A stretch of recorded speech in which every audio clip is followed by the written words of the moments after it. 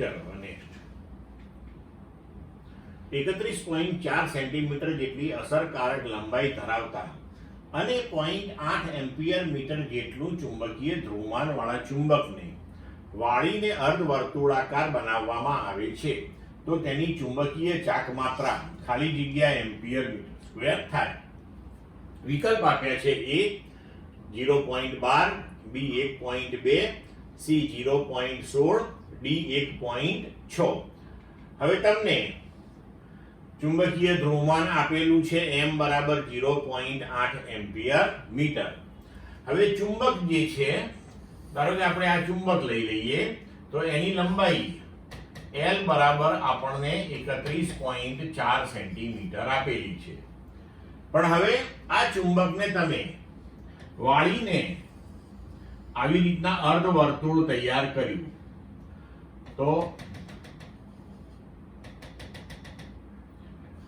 આ એની ત્રિજ્યા આપણે r લઈ લઈએ. તો આ લંબાઈ જે છે ચુંબકની એ તો આની યાદ રહેવાની છે, પણ હવે અર્ધવર્તુળાકાર સ્વરૂપે હોય તો આ લંબાઈ કેટલી લખાય? પાઈ r લખાશે આપણાથી. તો L બરાબર પાઈ r. તો L નું મૂલ્ય છે 31.4 સેન્ટીમીટરમાં છે એટલે મીટરમાં લખ્યું આપણે, ગુણ્યા 10⁻², પાઈ 3.14 r. તો r બરાબર આપણને મળશે 0.1 મીટર.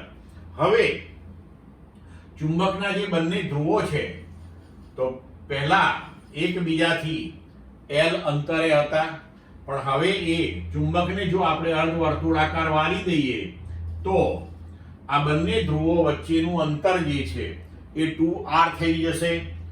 તો હવે આ કેસમાં નવી ચુંબકીય ચાક માત્રા બરાબર 2r into p.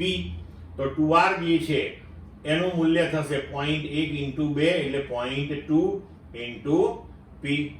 હવે m ડેશ બરાબર 0.2 into અહીંયા p જે છે એ આપણું m જ છે તો 0.8 એટલે એના બરાબર થશે 0.16 એમ્પિયર મીટર સ્ક્વેર. તો એ પ્રમાણે આપણો વિકલ્પ થશે સી.